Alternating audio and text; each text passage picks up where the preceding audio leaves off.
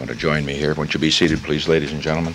Come on, Dr. Jaffe and Mr. Krogh, Mr. Ehrlichman. Fine. All right. Ladies and gentlemen, I would like to summarize for you the meeting that I have just had with the bipartisan leaders, which began at 8 o'clock and was completed 2 hours later.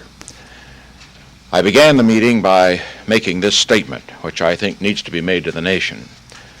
America's public enemy number one in the United States is drug abuse.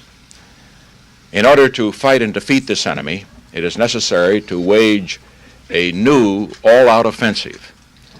I have asked the Congress to provide the legislative authority and the funds to fuel this kind of an offensive. This will be a worldwide offensive dealing with the problems of sources of supply as well as Americans who may be stationed abroad wherever they are in the world. It will be government-wide, pulling together the 9 different fragmented areas within the government in which this problem is now being handled. And it will be nationwide in terms of a new educational program that we trust will result from the discussions that we have had. With regard to this offensive, it is necessary first to have a new organization. And the new organization will be within the White House. Dr. Jaffe, who will be one of the briefers here today, will be the man directly responsible. He will report directly to me. And he will have the responsibility to take all of the government agencies, 9, that deal with the problems of rehabilitation, in which his primary responsibilities will be research and education, and see that they work not at cross purposes, but work together in dealing with the problem. If we're going to have a successful offensive, we need more money. Consequently, I'm asking the Congress for $155 million in new funds, which will bring the total amount this year in the budget for drug abuse, both in enforcement and treatment, to over $350 million.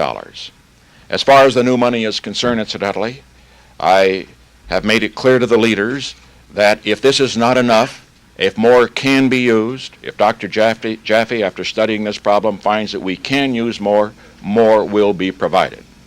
In order to defeat this enemy, which is causing such great concern, and correctly so, to so many American families, money will be provided to the extent that it is necessary and to the extent that it will be useful. And finally, in order for this program to be effective, it is necessary that it be conducted on a basis in which the American people all join in it. That's why the meeting was bipartisan. Bipartisan because we needed the support of the Congress, but bipartisan because we needed the leadership of members of the Congress in this field. Fundamentally, it is essential for the American people to be alerted to this danger, to recognize that it is a danger that will not pass with the passing of the war in Vietnam, which has brought to our attention the fact that a number of young Americans have become addicts as they serve abroad, whether in Vietnam or Europe or other places. Because the problem existed before we became involved in Vietnam, it will continue to exist afterwards, and that is why this offensive deals with the problem there in Europe, but will then go on to deal with the problem throughout America.